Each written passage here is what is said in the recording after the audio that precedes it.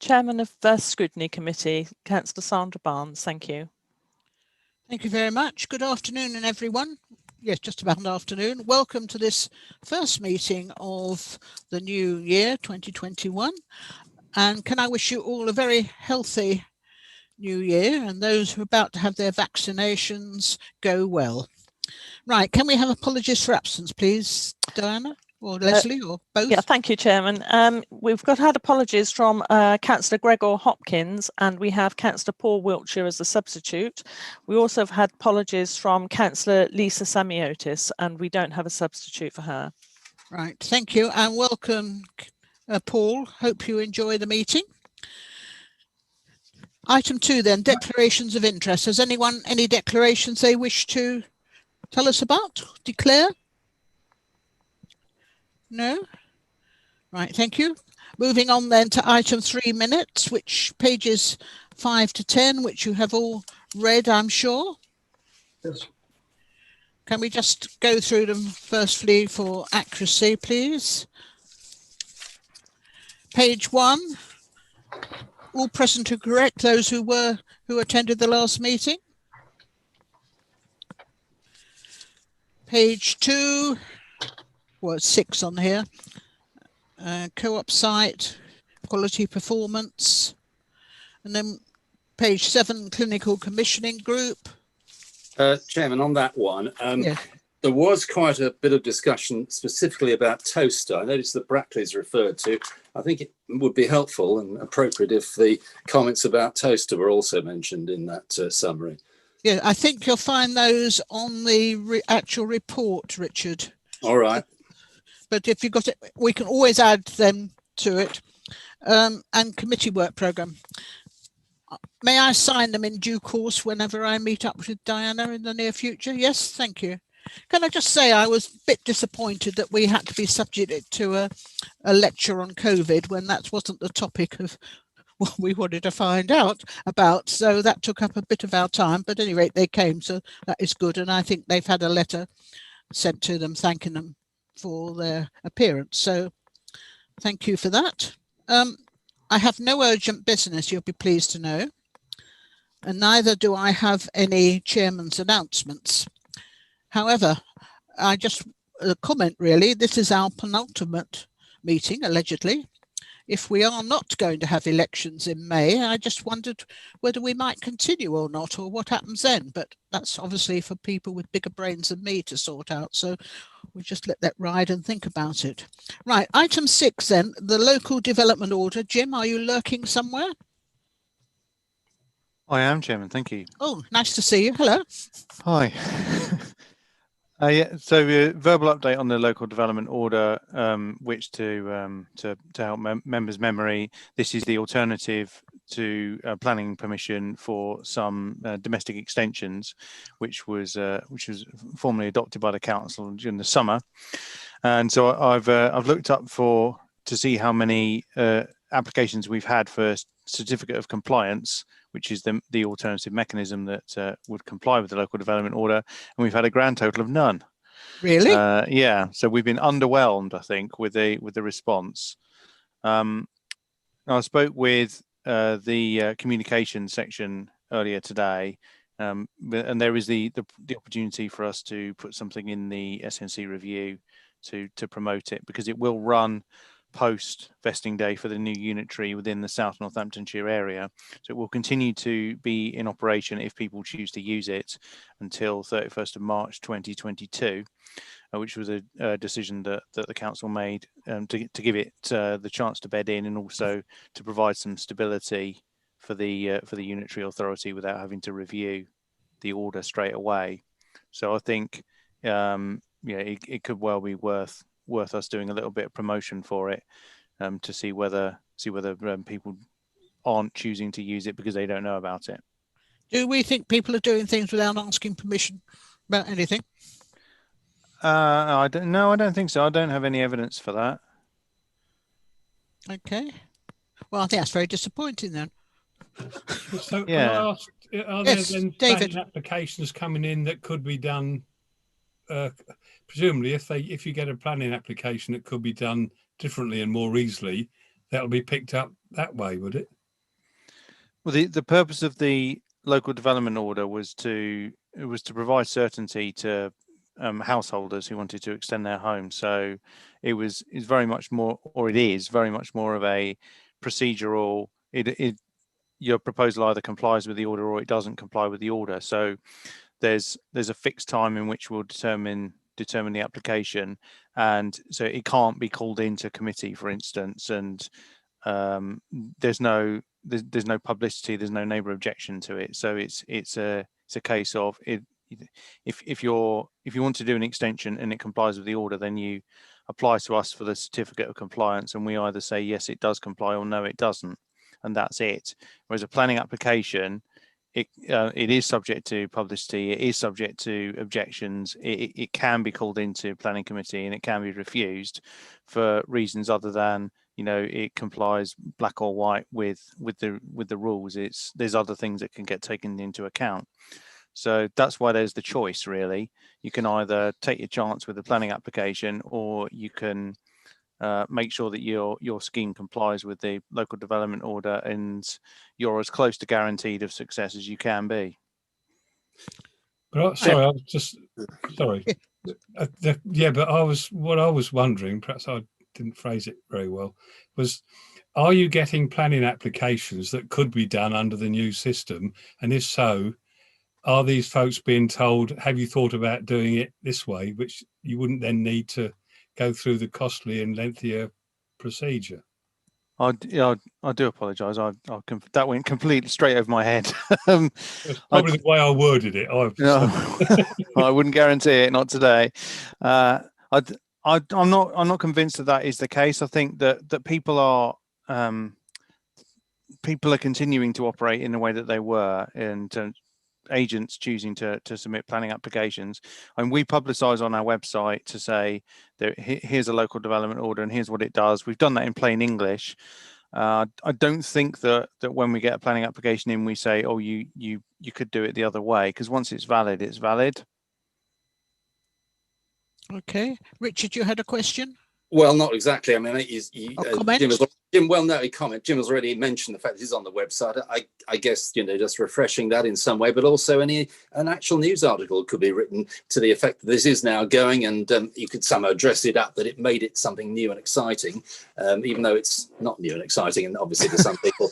But it is important that people know, and there's a hell of a lot of ignorance. People don't pick these things up. They don't know what it means. It sounds complicated, so therefore it's got to be simplified. So I think any publicity you could do, the better.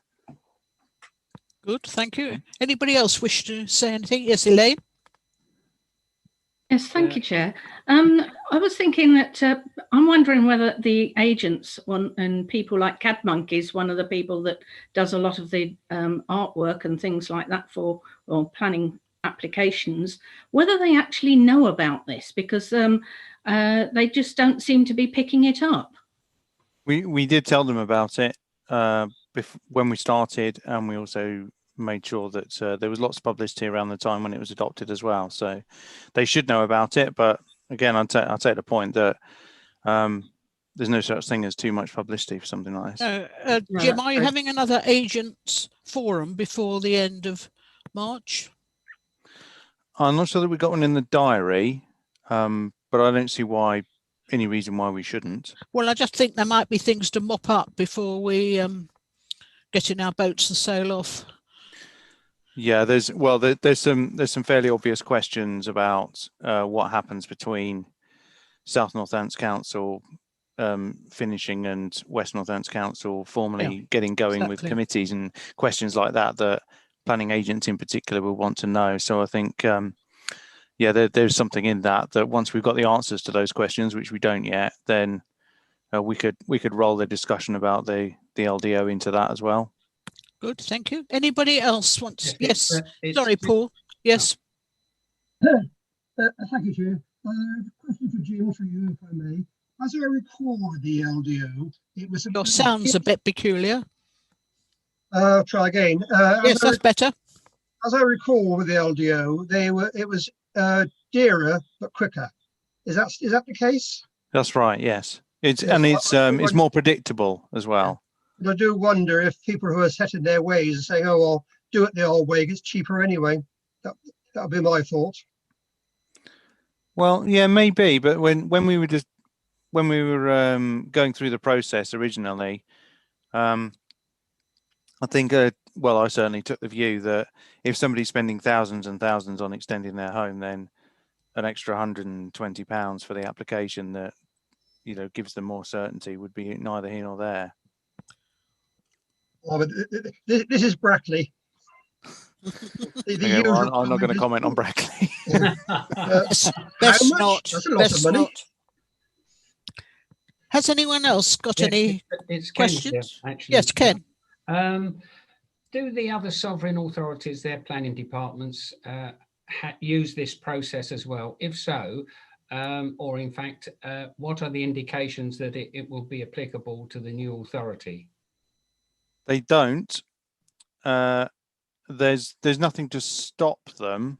They've just not chosen to do to go down this route. There's nothing to stop the West Unitary from choosing to review, either roll out this local development order across its whole area or more of its area, or to change it in any way. I mean, but because we don't have the formal structures in place yet, and the people in the formal structures, then it's too early for that kind of sensible discussion to be had, I think.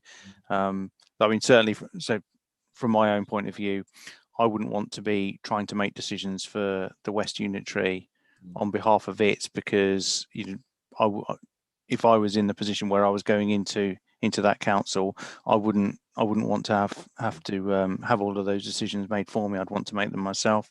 So it seems to me that in middle of January, it's worth just sort of sit tight and make it known at the appropriate time that it's an option. Because obviously it's less manpower actually processing the LDO rather than a full planning application. Yes. Yeah. Okay, thank you, Jim. Anyone else at all? No? Can you see anybody, Leslie? I can't see everybody on my screen. I think everyone's happy with that. I think that we're if we could perhaps note the presentation. We could, and thank you, Jim. Okay. Right, good. Thank you. You're on again. Item 7, South Northamptonshire Council Business Strategy, allegedly. Oh yes, thank you, Chairman. Yeah, well, there's been a lot going on since Scrutiny last had a look at what the business section's been doing, or the economy team. Not least of which is the coronavirus came along. So an early decision that we made was to change the commission, the work that we'd already commissioned from an expert consultancy to prepare an economic strategy, which with the original intention that would then feed into the West Unitary Council and provide some stability and have a plan as much as anything. We converted that into a South Northampton coronavirus business recovery plan, which has a number of actions. It identified the key sectors in our economy that are our kind of heavy lifters locally, and also those that have either suffered the most or are most at risk as the pandemic has progressed and has continued to well, it stayed with us and isn't really showing any signs of going away in the immediate future. And so that piece of work has now concluded for South Northamptonshire. In the meantime, we've strengthened the local economy team, because it was carrying some vacancies. So we decided that we would fill those vacancies. So we have 2 new people. So we have a broader skill set and a broader knowledge base within the team for us to be able to engage with people like SEMLEP, as well as the individual businesses themselves within our target sectors to work out what's the best way of delivering the help to them. Separately to that, there's been a program, or there continues to be a program of government grants, which has been administered by CSN and our finance colleagues, and the business team has been closely aligned with that, because some of it's discretionary around how it's administered, and there's good progress towards administering those grants and making sure that the businesses that are intended to get that money in a timely way. There's also some work going on across the West Northamptonshire to coordinate what happens post vesting day with both the discretionary grants, because one of the government grants in particular runs for the best part of 2 years. So it makes sense to us, to each of us sovereign authorities, that we coordinate what we do, because we know that unitary is happening, and it doesn't make sense to have different parts of the same council operating different ways of going about business support. So that's being coordinated at the West Northamptonshire level, and also there's work being done which is being coordinated by our own, or is being led by our own economic development team, but working very, very closely with a team from the West Northamptonshire authorities to prepare a West Northamptonshire business economic recovery plan, which includes things like business support, as well as helping them to revise their planning. So we've provided training courses, for instance, to help businesses to branch out into new sectors and new ways of going about things, because they can't take customers at the door anymore. So we're helping with internet support, things like that. So there's a whole lot of things going on. We do have our South Northants economic recovery plan is available on the website. So there's all of that information about what our target sectors are, and all the actions that we're going through are all in public domain. I'll leave it there. Can I ask you, did your consultants have the benefit of a crystal ball when they wrote to us their report? No, I think what they've done is they realigned, as part of the revision to the work that we commissioned from them. We asked them, how do we get back to where we expected to be from where we were at the time, which was right in the trough of nothing going on, everything was completely closed. So we changed it from, because originally it was, how can we continue to be really successful locally, and how can we add some resilience to our economy, because we were we continued to be overly reliant on some hospitality and tourism and leisure sectors relative to the rest of the country. So we wanted to have a bit more of a balance there in case that sector collapsed. So I suppose from that point of view, maybe we had a bit of a crystal ball there. However, the consultants, they worked really closely with us. They went out and talked to the businesses themselves to say, so what's going on? What do you expect to be happening? And what help can we as a public sector provide to help you to get back to where you were? So good, thank you. Do we know how many people have been furloughed? I mean, for instance, like Whittlebury Hall, which is one of our large employers. Do we got any intel? I don't have the figures to hand, but yes, we do have that information available to us. I can make that available to you, Chairman, for, it would be interesting the benefit of the minute. With our larger companies about how many they furloughed, because the Mercedes seems to, my next door neighbour works at Mercedes, he's going in, so they must be continuing on the old car racing front, getting them tuned up. I presume that's sort of essential business. Well, some of those businesses who still need people to come in, and you can't work at home on a racing car, can you? Well, indeed, yeah. And so businesses like that have to keep going and can't work at home, then a lot of them, they all have their own risk assessments around the coronavirus. They all have their own special procedures that they put in place, as we have as South Northants Council. And in some cases that will include daily testing of the staff that go in, because they can't, same as we can't afford to have the virus running rampant around our own staff and our members. No. Then nor can they. Well, I think we're probably more expendable than the staff, actually. Well, I'm not going to comment on that either, Chairman. But what I would say well done. is that You'll go far. what I would say is that these businesses are, they're taking their own precautions, and some of them don't want help from us. They don't need it, and that's absolutely fine. But there's others that we are helping. My very last question is: do we know whether any of our pubs are not likely to open again? Got any? We don't have specific numbers around that, but my hunch would be that some of them wouldn't. Yes, that's what I think. Right. Any questions? Sorry, I've hogged it. If anybody else, please hold your hands up or let me know.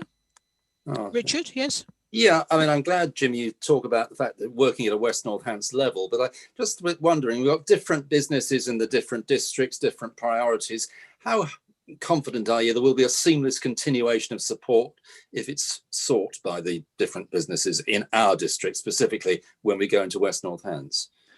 Well, that's one of the things that we've been focusing on, both in this piece of work, to coordinate what happens across the West North Hants for business support, but also through the Future North Hants work, where we've been looking at the services that we're going to be offering from a like a procedural and structural level for us as what will be the council, because we're aware that the different constituent councils that currently exist have different ways of going about economic development and business support. So what we is very much in the front of our minds is to avoid it being different in different areas on day one, because that's, well, I don't think that's appropriate. I think we need to be able to be offering a consistent level of service. Good. Thank you. Anybody else? Yeah. Thank you. Yes, Charles. Yeah, thank you very much, Chair. Jim, how many people are employed in the economic team, and how do we compare in terms of the costs and the resources we put into the other West Northamptonshire districts? And secondly, how much overlap is there between what we do and what the other councils do? Okay, there's 4 full-timers in the team, and it does vary. So Daventry has 1 in the team, but they also have like a management structure above them. Northampton Borough, I'm not clear exactly, because they're combined with a regeneration team, so it's like economic development and regeneration. So they do things like physical property development as well. So it's a bit more difficult to give you a definite answer for how many economic development people Northampton Borough has. That is your question, the same as Councillor Dallin's, really, right at the heart of what we're doing with the Future North Hants work, because in the same way that we want to make sure that we're providing consistency as West Northamptonshire Council, we also want to avoid duplication if we possibly can. And the trick is going to be to play to our strengths and be greater than the sum of our parts, rather than having a series of silos, which is always a risk when you're putting together a number of different individual disciplines. So I think a short answer to your question would be, it's too early to say at the moment exactly what that's going to look like, but it is being worked on at the moment. Good, thank you. Anyone else at all? No? Jim, would you like to thank, please, our economic people for the good work that they're doing, because I'm sure they've been quite busy, and so it's nice to think that we're all hands to the pump and doing what we can to help our businesses, because I mean, without them we're going to be in a bit of trouble, are we not, economically in this district? So if you could convey that, I'm sure my fellow committee members would agree with that. So yes, they're nodding, the ones I can see. So thank you very much, Jim. Okay, thank you. Yeah, Very I will pass that on. Yes, please do. Right, we now move on to the next excitement of the afternoon, which is our Section 106 agreements relating to health. And this is on a special report, which is item 8, and it's page 11.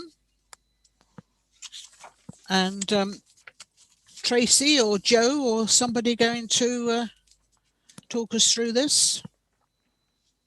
I'll talk you through it, Chair, and Tracy's here if there are any hello, Joe. issues. Can we take it page by page? Of course. I think, and then we've got this new bit, which we've got to consider as well. So in your own time, from the top. Okay. So thank you, Chair. I think back in the summer, the Scrutiny Committee decided to set up some working groups, and one of those was to focus on Section 106 agreements relating to health. So we established the group, and the group, in its first meeting, we worked up the aims and objectives of what we wanted to look at. And they consisted of getting a really good understanding of the list of Section 106 contributions that we had secured as a local planning authority that related to health. We wanted to gain an understanding of how the CCG approved projects and how the governance process for expenditure of the monies that we secure on their behalf. To increase and build on the really good joint working that our planning colleagues had built with health colleagues, and so build on those operational links, but also try and start to develop some more strategic links between the local authority and the CCG, and then develop a clear plan and some recommendations for the new West Northants Unitary Council, taking forward the learning from our work. So we had 6 meetings in total, and for some of those, relevant staff from the CCG attended, answering questions and completing presentations. And of course, at the last Scrutiny Committee, we welcomed the Chief Executive and the GP Chair from the CCG, and they completed a presentation and they answered questions from committee members. I'd also at this point like to formally thank Tracy. She's completed a lot of work to improve the operational arrangements between health partners and the planning team. And Tracy has also attended and completed a lot of work to support the actual working group itself. So thank you very much. So Tracy and her planning colleagues helped us collate the list of the health related Section 106 contributions that are attached to the report Appendix A. And so that was our first sort of key objective, to get a good definitive list. This is updated and monitored, and Jim's got a team within his area that complete this work. So that is as at now, but it was continually evolving and changing as it gets updated. The other area of work that I said that we wanted to develop an understanding of was the decision-making process and the governance over at the CCG regarding how it invested the Section 106 monies that we'd secured as a planning authority. And we did have a presentation from a member of the team there at one of the early meetings. And there were some key points that the Chief Executive of the CCG pointed out at the last meeting. I think he outlined to us that they've gone through a process of looking at the building condition of all of their GP surgeries.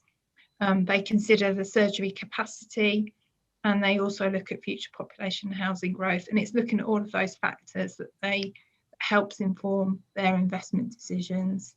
And then they also made the point that although we are talking about significant amounts of money, that in the round, the amount of money that's required to both build the facilities and then run the facilities, the Section 106 monies are a relatively small proportion of the total cost. The group has focused on some key projects that either we felt that we needed to look at, get further information, or even push forward in certain circumstances because they might have felt that they'd hit a little bit of a barrier And I think we've had some success on pushing some of those projects forward. And the summary of the current position on those projects that we've focused on is in the key body of the report. And I know if the committee members have got particular questions on those specifics, then Tracy's here to try and assist answer those.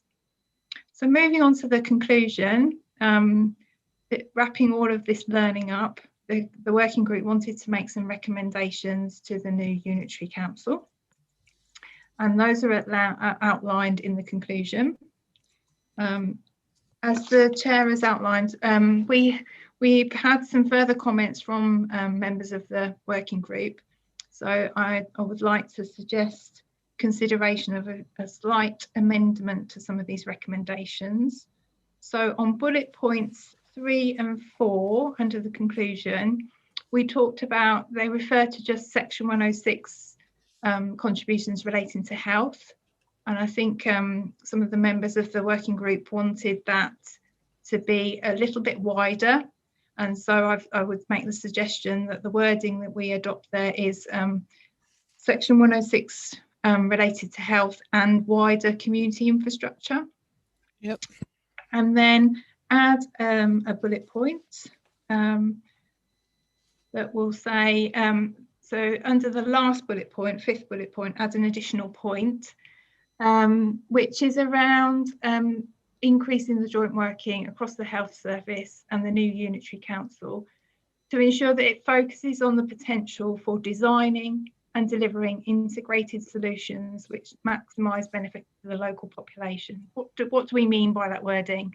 So the consideration of the wider wellbeing agenda and the use of new health facilities by the local community, so self-help groups, mental health groups, the community choirs that help breathing, all of those kind of activities, that thinking is built into the new health provision that is planned, and that aspect of activity is considered in every application made by health to access and spend section 106 contributions. I have circulated the specific wording to the chair, the vice chair and democratic services colleagues. So those are recommendations. Happy to try and answer any questions. And those members of the working group that are here this evening may want to provide some additional comments as well to the wider committee. Thank you, Chair. Thank you, Jo. Tracy, do you wish to say anything at this point? Thank you, Chair. I've just got an update for members on the Road Medical Centre. Oh, I know for a very long time nothing has actually been happening with this, but as Jo has alluded to, that I feel as though we've got a better working relationship with the CCG now, and so consequently, as part of a quarterly catch up with Tracy Angus, who is the CCG representative there, she has advised me that they will be looking at road with a fresh pair of eyes again, and to essentially look at to see whether or not what has happened at Toaster in terms of the NHSFT looking at it could actually look at road in the same way. Apparently there has been a new practice manager, and I know the previous one was quite reluctant to engage further with the NHS. So I think that you know, there is scope to actually reconsider their position here, and I know the NHS have, you know, got their own agenda, but Road has got a site just sitting there, yes, waiting for them to build something on, and it's just an awful waste of land. And I know that Persimmon are probably circling that piece of land, hoping that they can just take it back for housing at some point in the future. So I'm encouraging her to basically engage with Road again, and I will also be party to those discussions as well. So I'll know exactly what's going on when that happens. Might I be bold enough, Tracy, to suggest to you that you drop Stephen Clark a line, get him to phone you if you don't wish to commit yourself on emails to have a discussion, because that might give him a heart attack. He'd be so excited to think that you know, it's moving forward. So it would be nice, I think, for him if you could have a word in the near future with him, if you don't mind. Thank you. I will do. Yeah. Right. I'm sure you've got discussion. Oh, just before. If I can put this in now, when they came, and I don't know whether you know anything about this, Tracy, I think it was Toby, I live in Portersbury, as you may or may not know, and said that we would be having an extra room attached to our very small branch surgery in Portersbury, which came as great news to the practice manager, who was sitting in on the meeting because she knew nothing about it. But she has been in touch with him subsequently to find out more. So it seems to me that, not being too rude about them, the left hand and the right hand don't seem to talk to one another very often. Yeah, I know, and I've not heard about anything to do with Portersbury. But it seems, I mean, as a patient, direct interest in this, nearly opposite my house, what do we want an extra room for? If allegedly we've all got to trot into Toaster if we want anything done, because it's only one consulting room, a toilet, a waiting room and a dispensary. So I'm not sure what they're going to do in an extra room, but however, I wait to find out. Anyway, thank you for all that. That's okay. But yeah, as you can see on Appendix A that's attached to the report, it identifies some of the sites basically have got no project assigned to them at all. So, and Portersbury is obviously one of those, along with, you know, a few others as well. So, you know, those are waiting to just have some input. Yeah. And I think the CCG now are engaging with those practice managers to find out exactly what they want. Well, that's encouraging. Let's hope the excuse of COVID doesn't stop them moving forward for the next 2 years. Right. I'm sure other people have questions before we get into the nitty-gritty. Questions about any of them? Yes, Richard. Chair, Thank you very much. I think Alan was first. I think Alan was first. Actually. Right. Sorry, so Alan. I couldn't see you, so I apologise. Well, I'll put my hand up on the chat as well on the participation. Right. Anyway, let's hear you then. Right. First of all, thanks very much for the introduction, both Joe and Tracy.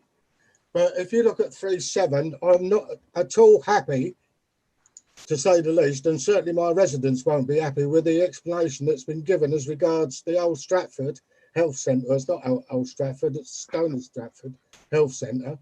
In relation to, if you go down 1, 2, 3, 4, the 5th line down, and it says, GP Chair of the CGG is willing to work with council officers to explore if a cross-border solution can be developed.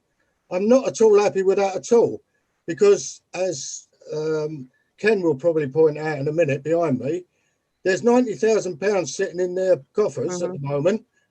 They do intend to move, as far as I'm aware, and probably it's going to be an awful long way away from Deanshanger and Old Stratford and Cosgrove, I might add as well, that comes into this, and Wicken. And the bottom line of it is, my residents are going to have to travel miles if they have not got a surgery near to them.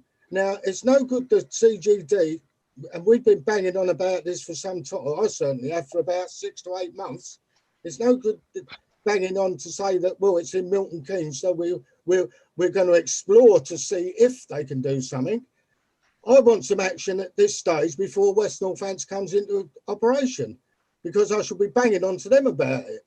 And I think it's totally, you know, it may be out of your hands, but as far as premises are concerned, yes, other places have got premises, whether they're built on or not is immaterial, as far as I'm concerned.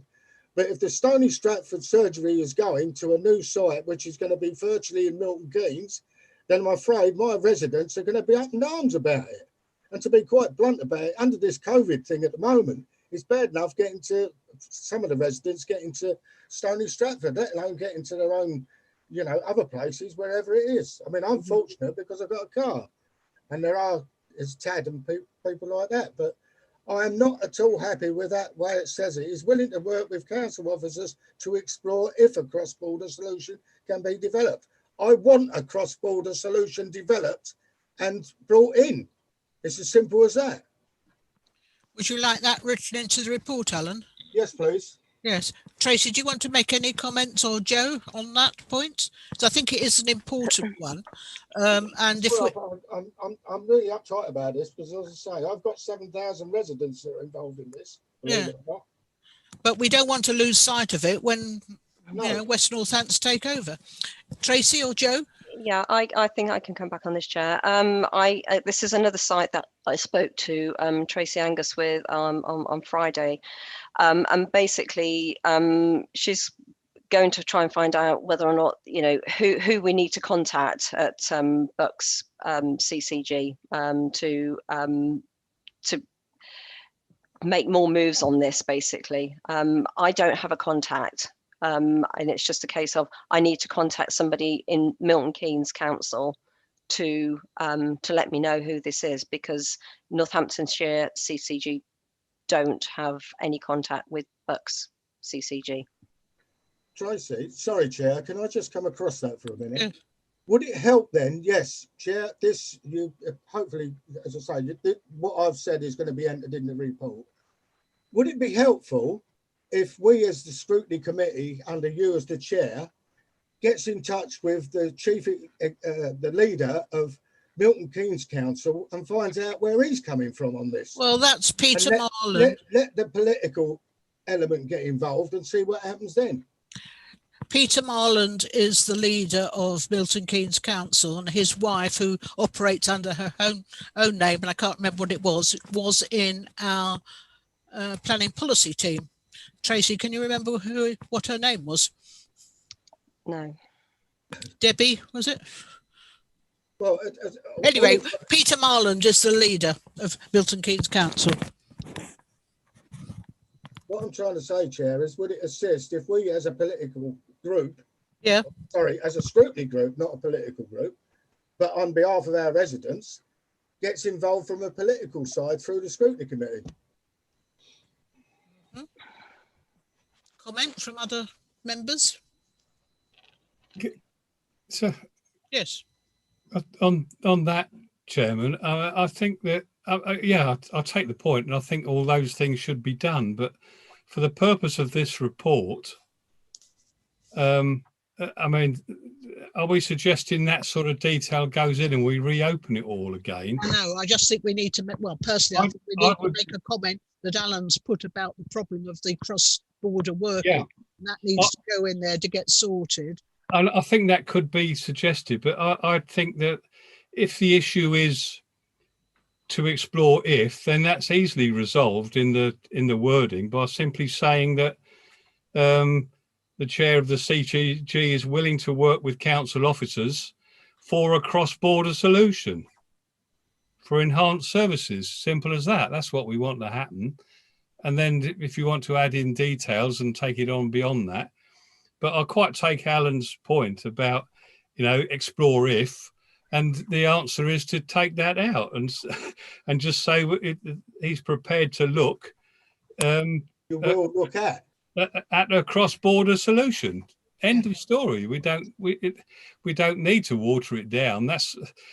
If that's what he said he'd look at, then that would be a bit more emphatic in our report. Yes. Trying to be helpful. Yeah, we can happily amend the wording, and Tracy can have some dialogue as she does at an operational level. As a result of this work, I've now got a strategic contact, so we can attempt to influence and explain the issues. I'm not sure. I'll look at Jim, because he's the expert in terms of the planning authority's role, but I don't think we can actually dictate what the CCG does, but we can shape and influence and try and get to where we know the local population's needs are. Yes. If Chair, if I can come in here. Please do, Ken. Obviously, with regards to, I think, as I said, this is particularly, this money actually is the 106 money that's come from Old Stratford, from the Black Horse Drive development. For 4 years now, this has been going on, and we just haven't really seemed to make any progress. I've actually been in communication with Lindy, who is the practice manager of Stone Dean, and have done so for the last 2 to 3 years. There are 2 practices there. And one of the things is there is space there for either of these 2 practices to expand into other areas of that particular development.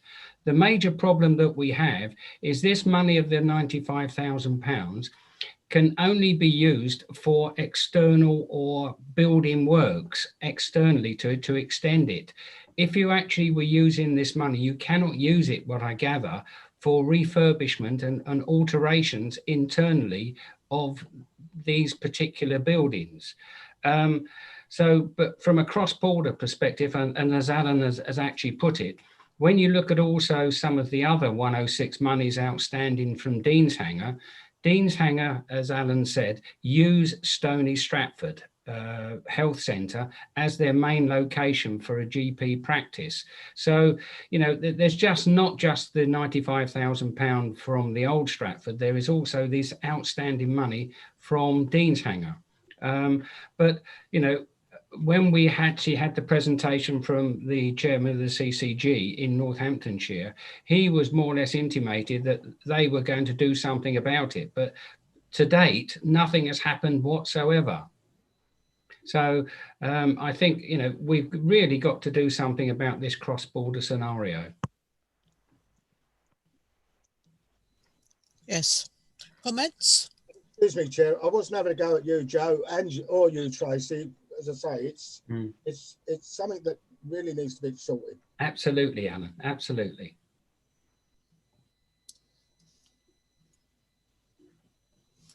Makes a good platform for an election. Can I suggest then that wording, if it helps with what we were saying, is that we change that paragraph so where it says is willing to work with council officers, we take out to explore if, and just put for a cross-border solution. I'm not sure if we need any more, but if we say for a cross-border solution, take out can be developed for enhanced services for Northamptonshire residents, and then we're saying that's what's required. Yes. Sandra? Yes. Sorry, can you hear me? Yes. Hello, Val. Hi. Middleton Cheney on the appendix is mentioned in 2 places. One is to do with land off Banbury Lane, and it's the 106 money to go towards the Brackley Community Hospital. Got no problem with that. The problem that I have is that currently I'm told, and I'm working with it, that only residents who are part of a surgery in Brackley can use the hospital. And that's not gone down too well with residents. And as I say, I am working with that. And the other area that is mentioned is to do with Waters Lane in Middleton Cheney. We've currently got an appeal going in there, so that money might not be available anyway if we win that appeal, because it was turned down, and the development's going to, as I say, going to appeal in March. And I am working again outside the Scrutiny Committee on that. And I've got another developer where I've got another appeal going in Thenford Road as well. So, but we are a very large village, as you would know, and we do have a number of elderly residents in that village, and going from either to Brackley or Banbury is causing problems for them. And that's all. I'm just wondering what happens, you know, the money's down there, but it might not be available. And equally, residents can't use the, I'm working with Carol Billingham, by the way, on the Brackley Hospital bit, but she hasn't got an answer yet for me from the CCG. Thank you for that. Any comments? Joe, Tracy? Thank you, Chair. I think at the working group, we have had some input from Councillor Rosie Herring. Yes. And I think she outlined that there was some work going on to try and get those residents that were registered at the Banbury surgery to register at the Brackley surgery, and that would resolve some of these issues.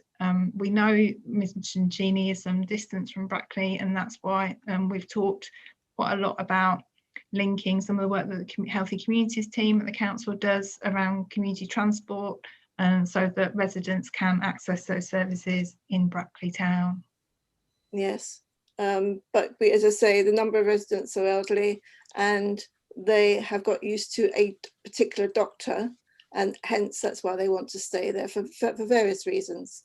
I mean, some have, the younger members of the village have moved to, say, Springfield, but that's where we are. That's where I am trying to handle that, especially the money going to the hospital, which I say have no problem with, and nor would any resident, I don't think, in the village, other than some of them are being told currently they cannot use it unless they change surgeries to Brackley, which seems a bit unfair. I mean, that might change, and I think Carol Billingham is trying to find an answer to that situation. That's my understanding. So that was all. I just wondered. Yes, it's quite difficult to overcome the patients wanting to stay with their doctor, but on the other hand, to be able to access services which might be useful to them, you know, is a tricky one, isn't it, really? It is. It is. I'm working with Ability as well for the transport. Yes, the bus service. Yes, that's where we are. Yes, good. Thank you, Val, for that. Chair. Excuse me. Sorry. It's just and then David. There's one overriding factor, of course, is that we mustn't forget, and particularly as time passes so quickly, is that, of course, that, you know, there is a cut-off date for this outstanding money. And when you think of it, I'm sure all of my colleagues would like the situation of some of this 106 money going back to the major developers. But, you know, we must keep an eye on these sort of things. Yes, exactly. I'm sure that's something which we don't want to happen. Yes, David, you wanted to say something? Yes, thank you, Chair. Just briefly being parochial about the Bugbrook surgery, it did go on then. That the CCG were going to look at it by December 2020. I haven't heard anything. I mean, our surgery is hit by COVID and I'm getting nothing from them anyway at the moment, but I don't know if they had that meeting. But so I would be interested to know if they've met or what their decision were if they did. But going on beyond that, more importantly, really, I'd like to thank Joe and Tracy, because I think this actually might be what Scrutiny is all about. We may actually achieve something. Nothing was happening. It was a big void. We were all frustrated with it. A lot of folks didn't even know that this money was there and not being utilised. We now have got it quantified. We've got, I mean, Tracy's role is absolutely crucial in this and in going forward. So really, well, I'm just concerned that I'm concerned with the minutiae, and particularly with my particular area. But what we must make sure that we get is a framework that goes in future, so that this is constantly done and monitored and seen to fruition, so that the money is spent at the right time, in the right place, on the right things. And so I'm just, as I imagine this report now, our recommendations for this framework will go forward through presumably our cabinet, through to West Northants. Yes. What I want to see is the framework in there. Hopefully, I don't know whether we look for appointments, but we need to ensure that there's a Tracy in future doing this absolutely crucial work, so that it doesn't fall down in between everything. So I'm interested in the minutiae and the what's in our wards. We all are, obviously, but it's absolutely crucial that we get this framework accepted and in and up and running, so that we're not, the future authorities are not left in a position that we've been in, where there's this big black hole where they've been allocated funds and absolutely nothing has happened until the time's expired and the funds are lost. So that's my main concern. So I'm sort of seeking assurance and explanation of where we go with this. On top of the, underneath that, the work on the local areas and the specific areas that we've looked at. Sorry, I've gone on a bit, but It's all right, David. I think you're right, and I think the other element is actually briefing. Once we know when we're having the elections, and once we know who the successful councillors will be, they actually, I'm interested in South Northampton here, obviously, that they actually have a briefing note about things like this, because we're going to rely on them driving this forward.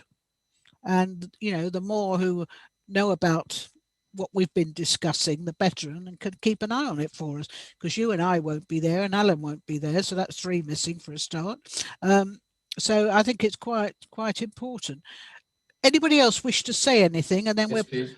Yes, Charles. Yeah, I would fully support what David's just said. I mean, I was just quite intrigued, as if we hadn't actually asked for this bit of work to be done, where would this have come into and where would it have sat? I'm also slightly, I'm either surprised or not surprised, but the figure of 500,000 that's sitting on the account, is that a larger sum that's been there before, or is that a sort of current sort of sum that we would expect to sit there? And also, just out of interest, why do some of the index, the amount due and the amount received, some agree, some don't, even with indexation? So I'm just intrigued as to why that is. Right, who can answer that question then? Do you want me to come back on that, Chair? Yes, come on, Tracy, give it a go. I can come back on a couple of points, but I'll start with the latest ones first. The figures that you see, the indexation sheets, essentially, is that some of the money wasn't included, wasn't indexed. It wasn't included in the legal agreement. So sometimes, you know, historically, on some of the older agreements, all you're getting is the amount. So indexation was missed off. So that's consequently the point. In terms of the amount that's left, that amount has slightly increased, I would say, over the last year or so, because obviously certain developments have triggered the need for the payment of the legal the financial contribution. So, and there is a clawback on those schemes, which are, some of them are a couple of years away. So I think we're quite safe in actually keeping hold of this money for now, until the NHS actually decide what they want to spend the project, you know, is identified for each village. In terms of Middleton Cheney, I think as Councillor Valfurniss has actually raised the point about the 2 outstanding appeals. The money's in the pot, basically, ready for the consideration of the Section 106 when the inspector hears the case in March. So those the funding will go towards Brackley. It will probably go towards Springfields, and as the report mentions, I was going to provide an update. I thought I was going to provide you with a better update, but unfortunately, due to the COVID vaccination rollout, Tracy Angus hasn't been able to finalise that aspect of it. But she will be speaking to Dr. Philip Stevens, who is the chair, and we'll find out exactly what's going on with Brackley, because, you know, we don't want to have the cottage, the community hospital extended any further than what's, I mean, there's empty rooms there at the moment, so, you know, there's no need for that. But it's Springfields that we potentially could look at extending, but there is a possibility, and I think this is where where was the site, the Bookbrook site is actually being reconfigured internally. So I know Councillor Pritchard mentioned that you can only spend the money on externals. You don't necessarily have to. That's the business case for Bugbrook has been worked through with the surgery and the CCG, and essentially reconfiguration to make a more efficient surgery is part and parcel of the way the Section 106 funding could be spent. Right. So so that's why Bugbrook has been sort of left quite, it hasn't been a great time for them. But now that Tracy Angus is on board, she has worked with them, and I can tell you that that money, that business case has been agreed, and it was agreed on the 5th of January with their committee. So they will be getting that money, and they will be starting shortly on that work. Yippee. Good, thank you for that, Tracy. Richard, you wanted to say something?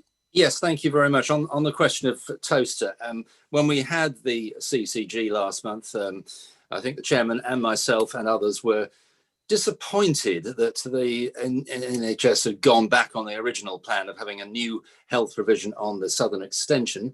Notwithstanding, that is what is not going to happen now. We are going to have the extension of the 2 surgeries at the moment, but the site is limited, and I hope that the NHS is aware of how limited the extension can be, given that the ambulance station remains. Therefore, car parking is not going to be able to be increased unless Tracy can update me on the fact that the ambulance station is not going to stay. So that's one question. The other one is, how near the trigger point are we from the southern extension development that the money might come out for, in terms of 106 for this development? In other words, therefore hasten the whole thing. Tracy? I can. Yep. Thank you, Chair. I can come back on those points. We have been working. Well, I think it's pretty much fortnightly meeting that I've been having with the partners of the 2 medical practices, and we have basically formed a working group, and that has now worked up with the NHS Foundation Trust, that they have their partners involved to come up with a scheme. They've found out exactly what space they need within that site, and all of that is going through the costings at the moment to see if it's value for money. And consequently, the next scheme that will be coming through will be something coming through for a pre-app with the council, with an application being made by March for extensions to that site. Their car parking is being reconfigured. At the moment, it doesn't involve the ambulance site, because the ambulance site needs to be relocated, and that site has been identified just off the Tove roundabout, and so consequently those discussions are still being had within the emergency hub working group. If you just come in, I appreciate what you're saying on the ambulance thing and the possibility of a different location at some stage, subject to planning and all of that. But the reconfiguration of the car park is interesting. It's so small anyway. I don't see how you can reconfigure what you haven't got. Well, there is, and Joe was trying to find out whether or not through housing colleagues there is a possibility of using there's a garage block at the end of the ambulance site. So, the scope to, I don't know, provide maybe about 8 or 9 car parking spaces there. But in accordance with the council's parking standards, we think we've achieved probably the parking requirements for that site. I'm amazed, truly. I mean, with the greater number of people coming from the southern extension, as well as other parts of Toaster, I cannot believe that view. I honestly can't see that holds water at all, with respect, Tracy. There's areas of green landscaping apparently that's kind of dead space, and they are looking at utilising some of those spaces. there's area pretty much at the to the side as well, and there's lots of walls, if you like, that are pretty much in the way. That again, it's just wasted space. So they're reconfiguring the parking area. Well, I don't, who's looking at all that, because they need to go when both practices are actually seeing patients and the pharmacy, because people park all the way round both roads. They park the car park for the shops. I mean, the road is quite congested at peak times, and they've got a little bit reserved for the doctors. So for the medical practice, my practice in Towcester, there's not that many car parking spaces, and it's absolute so-and-so to get in and out. So the sooner the walls come down, the better, I would have thought, because I think we have quite a few, they increase their patience by the near misses they have in the car park. Anyway, we wait to see, I guess. Richard, you got anything else on? Well, the second question was about the trigger point. So where we're at on that, Tracy. Okay, yeah, we've the section 106, as you can see on the Appendix A, has now been a deed of variation on the section 106 was undertaken. That has now shown that there's 2 trigger points for the release of the funding. So 500,000 will be coming on the occupation of the 600th dwelling. We're currently at about 469 houses on the Persimmon site and Blore site. So it's likely to be that, towards the end of the year, beginning of next financial year, that that trigger will be released. So the extensions to the to medical practices are basically going to be in 3 phases. The Towcester Medical Centre has received some grant funding from the NHS to undertake a surgery in its own right, a GP practice consultation room, in its own right. That went through a planning application that's been determined, and that work is likely to start in the next couple of months on that. So the second phase will be using this £500,000 that is coming from the first trigger. But there is likely to be a shortfall, and they are currently working on exactly how much of that shortfall is, as to whether or not they will need more funding from the NHS. And then the second trigger will be the third phase, and that will be 600,000 at 800 dwellings. Okay. So that's what they're currently working on, and it's Northmoors who are doing all of that work for the NHS Foundation Trust. Thank you, Tracy. Yes, Ken, you wanted to. Yes, I'm a bit confused, obviously, from the statement that that Tracy made with regards to internal and external works, but it's still in a situation there with regards to perhaps the CCG at MK have a different policy. But one of the things actually is I'm getting quite confused is that how do we progress this forward? Do we get to the stage of Tracy talking to the Northants CCG, who then talk to MK CCG, or what? We don't seem to be moving any further forward. Perhaps Tracy could comment, or yeah, as I say, do anything. Yeah, sorry, Chair. I think it's a case of that conversation needs to be had. I need to find a contact. So your contact at the surgery would be good. And yes, I will. I'll make be in contact touch with somebody. At least we can move things forward, because otherwise, this is going to fall between the cracks, and particularly with the real local government reorganisation and so on. And anyway, I'll be in touch with you, Tracy. Okay, thank you. Yeah, thank you.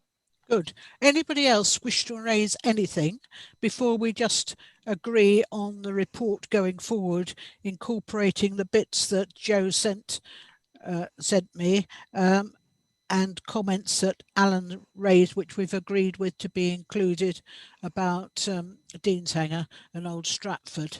Anybody else want to raise any questions or make any comments on this report? Because I think it's, it has been a useful piece of work. I hope that you will agree. Yes, Elaine. Yes, it's just a comment, actually. I would just like to thank Tracy and Joanne for all the hard work and for finding out all this information, which has been extremely valuable. And look at the progress that we've made. It's been fantastic. So thank you very much indeed for all this hard work and from the group. Thank you. Well said, Elaine. Anybody else wish to say anything? Or are you content with the amount of time we've spent on the report? Could you just yes, we be reminded where it's going now then? Well, it's is Andrew Hunkin here? I am, Chair, and the conversation. Oh, nice to see you. Good afternoon or evening now, Evening almost now. night time, I think. Yeah. Yes. Now, am I right in assuming this is going to Cabinet? The discussion that we had, Chair, was obviously this needs to go back to the body that asked for this work to be done. Yes. And I believe that was Cabinet BPM. Yes. Now, what I'm suggesting is, because I know that Cabinet BPM may very well wish to put this into the public domain again. Yes. So I'm thinking if it goes to a Cabinet BPM, I could see this actually, if Cabinet BPM were happy to do this, of actually then going to Cabinet in February. Yes. To actually be, rubber stamped or approved there, because I think that will give it an even better profile with regard to that. So that's a question we can ask of Cabinet BPM when we take the report there. And then from there, if they agree, can we then ask Cabinet to move it towards the executive of West Northamptonshire, or where would it go? Well, we can ask. I think there's a number of avenues open to you. I think again, if we look at this report, and I know there's been quite a bit of questioning here, but this report was a proactive approach by Safe Northamptonshire to make sure that it understood what was happening with regards to Section 106 agreements and what work was put in place. All of this work puts you in a better position when we actually move into West Northants to prod anybody or to poke anybody, as well as putting it in front of any committees that you're able to say, this is what we've done, this is what we understand to be the issue with regards to us and the various actions in place. So I don't think it's a clear path, because West Northants actually isn't in place at the moment. But what you've got is a report which you can then ask one of the members that when West Northants is set up to take, or you can raise it with your contacts to say we want to get this in front of the right people at the West Northamptonshire Council when it's in place. Okay, right. Anybody got any comments on that? No. So thank you, Andrew, for that. And don't run away at the end of the meeting. I want to ask you a quick question. Thank you. Chairman, Councillor Wiltshire's got a comment for you. Right, please. Yes, I think it's very important that it goes to West Northamptonshire, because we don't want it lost in translation. We want to keep on top of this and make sure that the South Northants district does actually have everything that is spoken for in here. Thank you, Elaine. Yes, David? I shall pursue it, as I'm occasionally invited to Cabinet BPM as Audit Committee Chairman. Well, you should be invited all the time. I shall, well, along with me. I should say I occasionally attend. So. Oh, right, okay. But I shall certainly pursue it, and I think it's important that it actually gets through to the new regime, and the structure is put in place. So, I mean, I've been on this for years now, and I'm not letting go at this late stage. Good man. Right, Paul.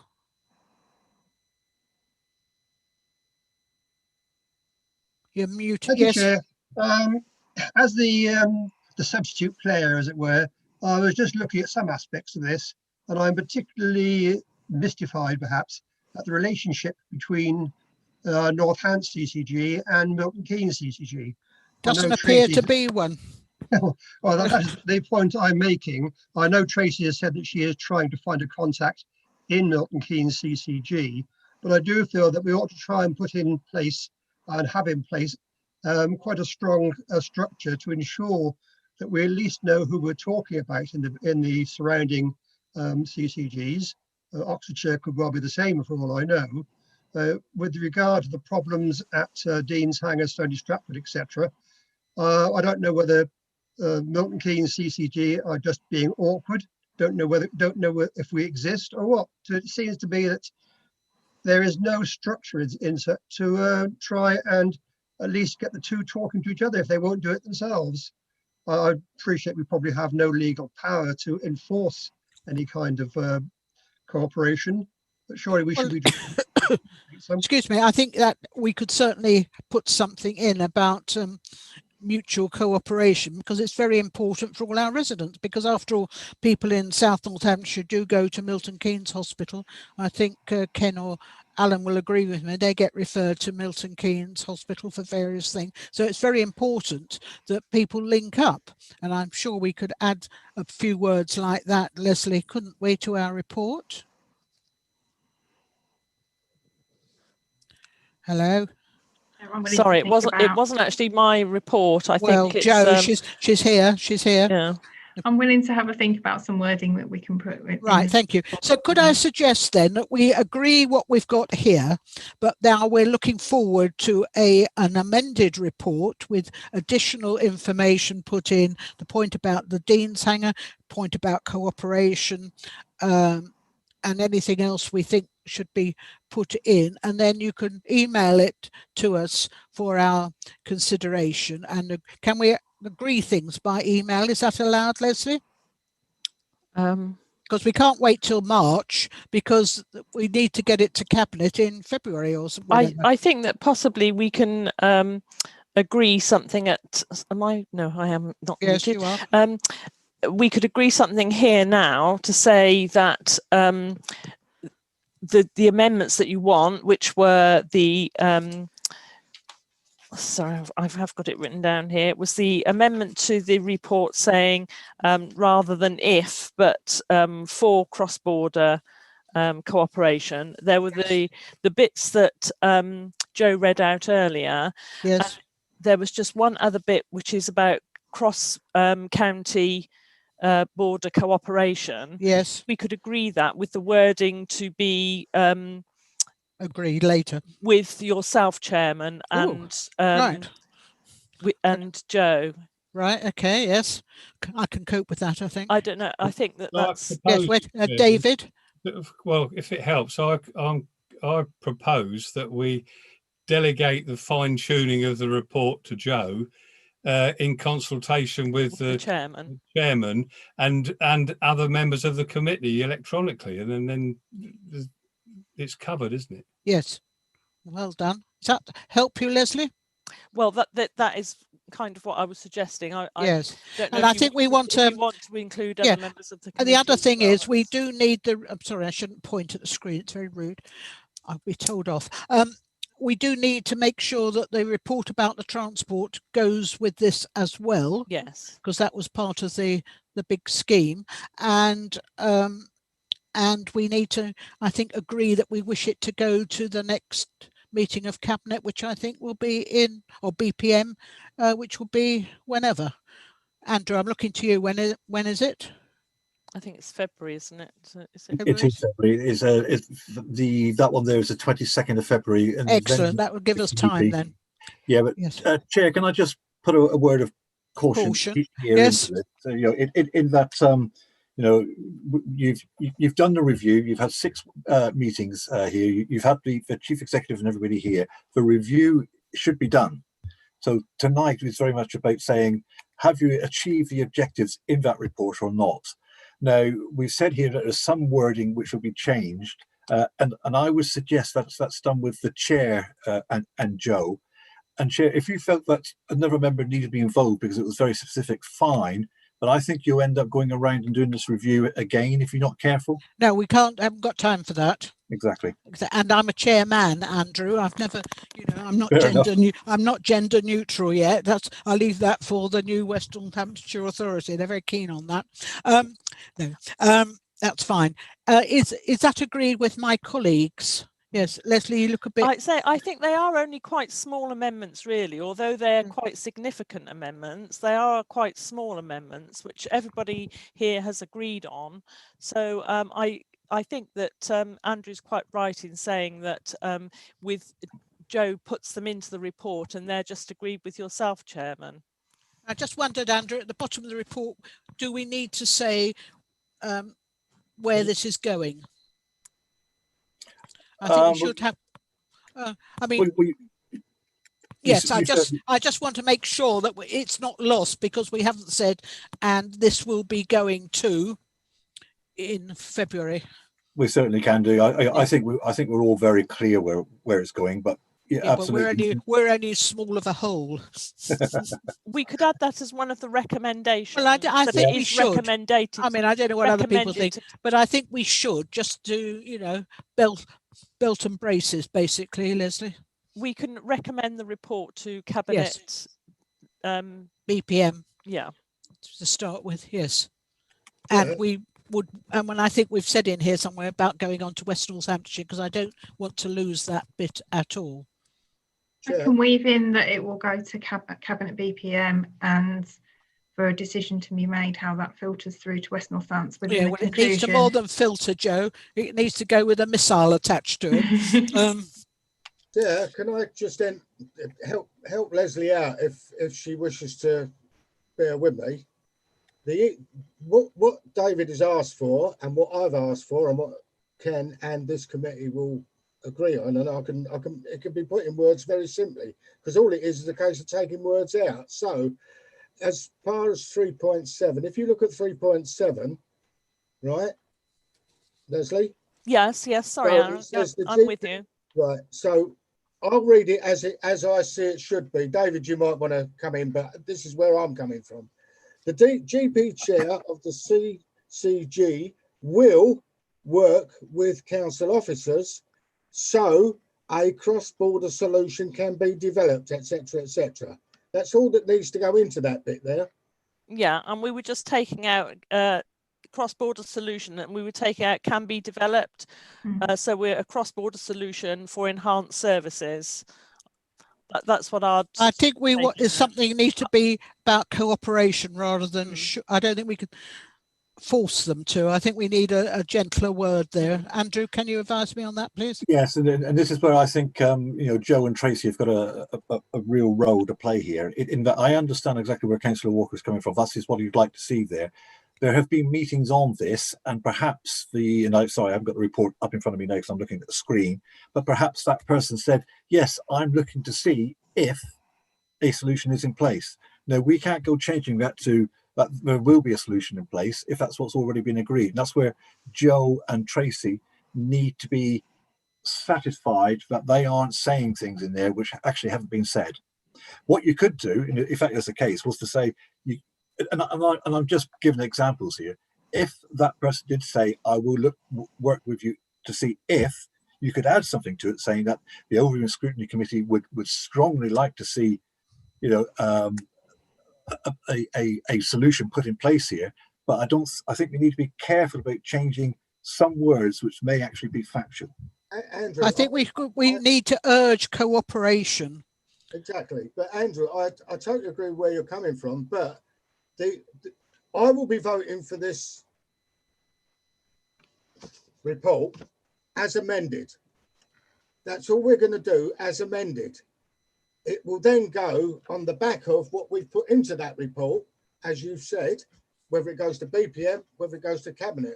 But it will be an amended report, whatever anybody says about it. And constitutionally, we can do that, and it can be done, even though the report has been put here towards us. The problem, as I see it, is the report has been put.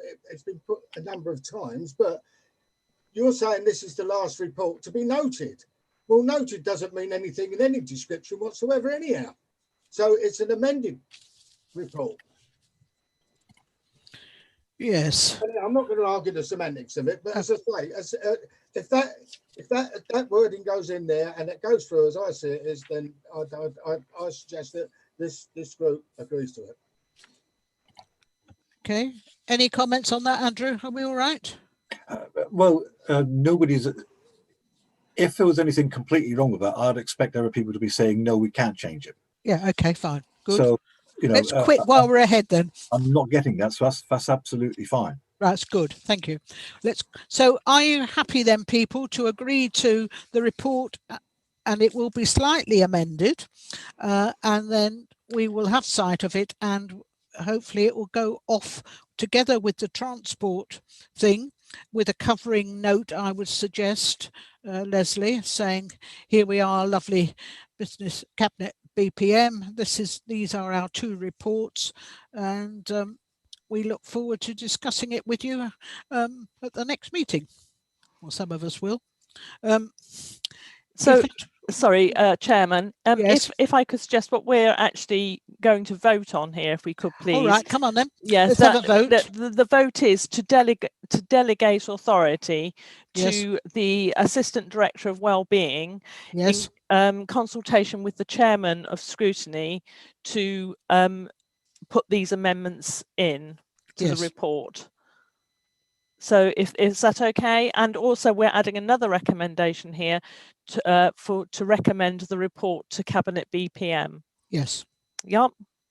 Okay, so they're the ones that are there to note the current position, 1.1, of health-related Section 106 contributions to South North Hants, what 106 funding to deliver healthcare infrastructure can be spent on, and clinical commissioning groups' plans and working processes regarding 106 health-related monies, asset management and service development, and to endorse the plan for future joint working arrangements across council functions and health partners regarding investment and service delivery in South North Hants locality, to support the adoption of the plan by the new West North Hants Authority and inform future working arrangements, to recommend the report to Cabinet BPM, and to delegate to the Assistant Director for Wellbeing, in consultation with the Chairman, to make the following amendments. So, and then I will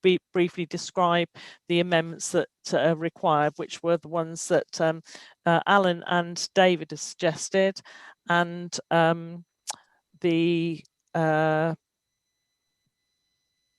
what was the other one? The cross-border working. Yeah.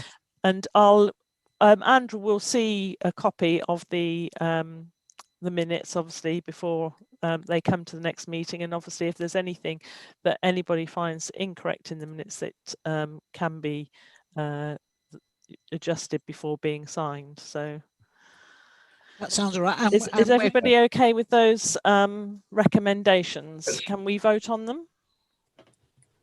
Yes. Would you like to raise your hands, please, people, or the appropriate gesture?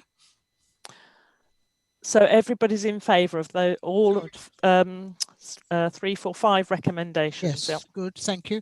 And we'll have it in good time before the meeting on the 22nd of February. Yes? Indeed. Yeah, excellent, marvellous. Well, can I, just about this report, can I thank everybody who's contributed, officers, councillors, and those who joined our scrutiny committee, Rosie and Steve Clark, and you know,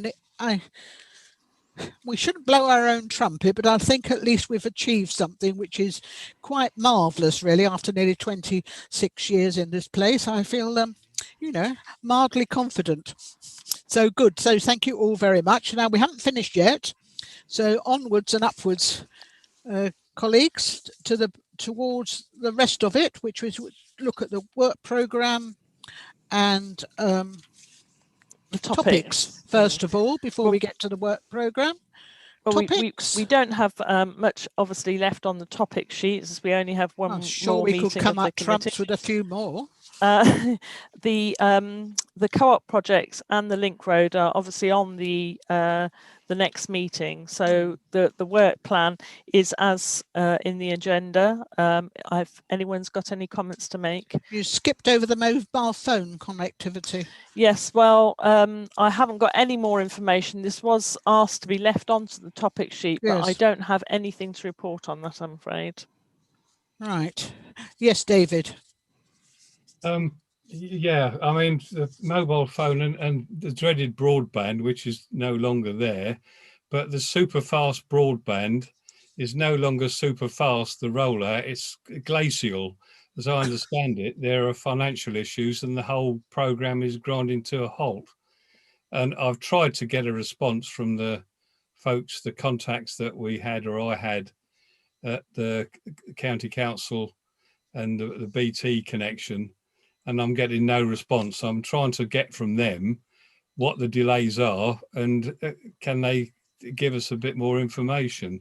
But delays there certainly are, and so I'm not quite sure where we are with it. Well, perhaps we could ask for an update, David, for our last meeting from the county council or Gigabyte or what? No, what Gigaclear or whatever they call it. Clear. I'm getting no response at all. So if anyone knows anything, I'll be happy to hear it.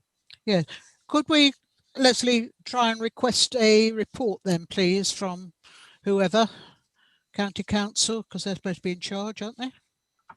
I'm not sure who that would involve. I don't know if Jim knows anything about that at all. Do you, Jim? Yes, Ian Achurch is the... Yes, that's the man. He came to speak to us. He gave a presentation. I remember Ian from years back, but the contact he gave me, which was someone else in his team, I'm just not getting any response from at all. Right. Well, perhaps we could gear Ian up then, please, and his working colleagues to produce something for our March meeting.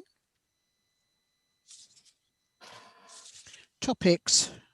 Chairman, Councillor Dallin had his hand up. Yes, he has. Thank you. Yeah, I just wondered whether we made any progress at all before our demise with National Grid. You may recall, colleagues, that we had an energy expert from Western Power who kind of suggested that they couldn't put the solar panels on the buildings because it wasn't worth it, because the net couldn't feed to the National Grid. So we thought it might be useful to ask the National Grid why, among other questions. Chairman, any progress? I haven't heard. Leslie? I haven't got anything on that. I think that, did you have a suggestion with that as well, Jim, the National Grid?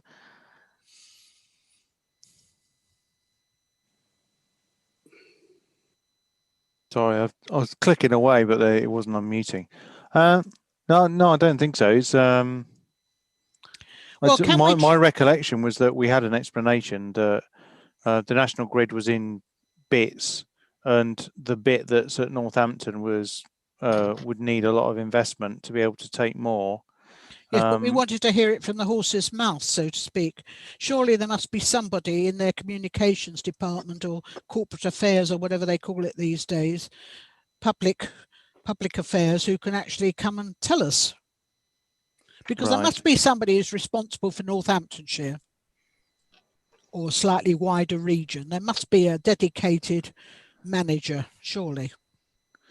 I'm sorry, I'm waving my hands about it. I don't do anything. Well, no, that seems a fair assumption to make. We really want to finish this off because we started it, and it would be nice to sort of put, at least with something else we've done. Well, it goes back, Chairman, to the planning committee where we approved something. We asked for an energy expert to come back. He gave us so much information, but we still have questions to ask. And I think in our scrutiny role, we should seek to find the answers. I did contact Western Power and asked them if they had any contacts with the National Grid, which they didn't. But the gentleman that That's a bit worrying. The gentleman that came to the committee said that there was actually a white paper that was going regarding connectivity and how it's actually to do with the problems that we found at Northampton regarding connectivity to the grid. Well, through you, Chair, if just simply ringing National Grid, the regional office, and asking for a press spokesman who might then put us in the right direction, I would have thought was the best thing to do. Are you volunteering, Councillor Dallin? No, I'm not volunteering. I feel that's for the, with all due respect for Democratic Services or the committee in some form to do it. I don't think it's quite for a member so to do. I'm in your hands, Chairman. Thank you very much. Well, can I request that somebody, a member of staff, gets in touch with National Grid and finds out who we could speak to, and preferably they can come to our meeting in March to tell us about the connectivity problems that National Grid have got in Northamptonshire and when we can look forward to improvements, because we think something might be coming online at the end of July, if I remember correctly, a big, don't know what you call them, in that booster station or something or other was going on, because Stephen Hollowell rang me up to tell me he'd seen bits for it going through where he lives. So something must be happening. So it'd be nice to know, I think. So can I ask, please, who will take this on board to make sure it happens? Who will speak now or forever hold your peace? I can see you're all volunteering. Right. Jim. Yeah, okay. I'll have a look and see if I've got a contact there, or failing that, then I'll just go through their press office. Yes, thank you very much. If somebody could, that would be extreme. And can you keep me posted, please, on progress or lack of it? Thank you very much. Good. Well, thank you for on the topic. So if we'd like to put that onto the work programme for March. So March, we've got performance, stronger communities safe strategy, Toaster Link Road co-op project, Toaster Forum, a youth cafe, annual report, which we have to do to present to wherever, and hopefully in the National Grid to go on it. Anybody? I mean, that will probably be our last meeting, which is all very sad. I just think we're just sort of getting into it now. It's Ken here. Hello, Ken. As it's our last meeting, could we have the final update on the situation with regards to the Silverstone Experience Centre? Oh yes, because wasn't she supposed to be coming? Yes. So we can add her in, Sally, isn't it? Yes. Yeah. Yes, that would be good. Well spotted. I'll add that to the work programme then. Thank you very much. Anybody else want to have anything? Chairman, Yes. given that you raised some doubt about whether it might be our last meeting, when would it be when will we know whether it is? Because people watching us might like to know as well. Andrew? I'm not aware of any plans to have any additional meetings. No, just in case we don't get elections. That's where I'm coming from. Well, no, this is only an educated guess with regards Nicola Sturgeon's got problems. to. And she allegedly is she's wonderful. This is what I think. Even whether or not elections happen or not, yes, South Northamptonshire will end on the 31st of March. Come what may. Yes. Right, good. I should be null and void. Excellent. No, that's my current understanding as well, Chairman. Yeah, I know. So just information in a scrutiny point of view, if that is the case and we don't have elections until October, there will be in a sort of a no man's land between April and October, with South Northants dead and West Northants not started. Not necessarily, and sorry, because this is just trying to work out what's going to happen. But what is likely to happen is that you have a shadow authority at the moment. You'll have a unitary authority from the 1st of April. And the regulations that you actually have in place at the moment only allows the transition from our sovereign authorities into new authorities. And that's why you've got a very skeleton committee structure in place. And most of the authority is with the shadow executive. I would think that probably what will happen is that there'll be a new set of regulations in place which will set out how the unitary authority will work prior to elections actually taking place. And that may, and again, this is only me just thinking that out loud, this may or may not have an impact on you. They could be asking all of you, let's say it didn't happen, to stay on. Good they may Lord. not. I don't know, but but what I can say with almost complete certainty is that on the 31st of March, South Northampton will go, and there'll be arrangements put in place to allow the unitary to stand up on its own 2 feet and to provide services. Okay then. Right. Well. If I may, can I ask a question? Yes. It's Abigail Medina Smith here. Sorry, I was married in July. So you never told us. Kept it very quiet. We would have come if you were sure to guess, because we could have made up the 15 or the 30. Good Lord, Abigail, you've really upset me now. I've got a hat and everything. I better say I'm 4 months pregnant as well, so I'll get there. Congratulations.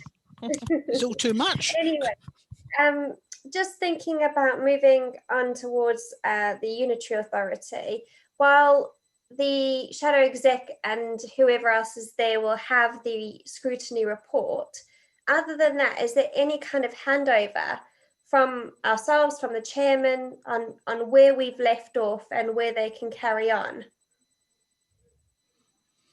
Andrew? Well, again, the West Northamptonshire Authority isn't set up, but I would expect the West Northamptonshire Authority to make sure that it has a very, very good grasp of the issues which are being dealt with at the moment. And they'll need to put their arrangements in place to make sure that they've actually got that knowledge and intelligence. Okay, thank you. So who will be writing that briefing then, Andrew? Which briefing? Chief Executive? If not that I'm aware of, I think, because as part of the closure, what we're making sure is that we are absolutely clear on the cases that we are doing and the capital projects that we are doing. We will have our various plans in place. So, for example, Joe's bringing one about the community strategy and all of those kind of areas. It's just like a legacy document, then, isn't it? Really? Well, it goes into what I was saying when I was talking about the last piece of work we've done there. What Safe Northamptonshire is doing is making sure that on a number of fronts, it is as well prepared as possible to actually say to the unitary authority, here's our issues. This is what we've done. This is the good work we've done. And if you want to be using that, here it is. Okay, fine. Can I just ask another question, please? So we're null and void after the end of March, and if things don't happen, you've got the shadow authority or the real authority. What about planning issues then? Who will be doing that? They'll just carry on. It will be the new authority who will be doing that, and it will put the necessary arrangements in place to deal with planning issues. Oh, right. Okay, then. You're out of a job then, Richard? Evidently. Yeah. Maybe not. Yes, indeed. Does anybody wish to add anything else? I think we'll have quite a big agenda. Now, if we were meeting properly, which I don't suppose we will be by March, I would have bought a bottle of something in fizzy to share with you all, to thank you. But as far as we're able now, I would like to reiterate my thanks to the people who've contributed towards the 106 agreement, and I do sincerely hope that Cabinet BPM will acknowledge the work that we've done and want to move it forward to West Northamptonshire. So, as if I was still in Europe, I would say, dear colleagues, because they're very keen on that, dear colleagues, we will meet again at the end of March, and unfortunately that looks as though it will be our last attempt. So stay healthy until then, and thank you all very much. Thank you. Bye. Thank you, Chair. And Abigail, I'd like to see your photographs. Would you like me to stop the live stream now?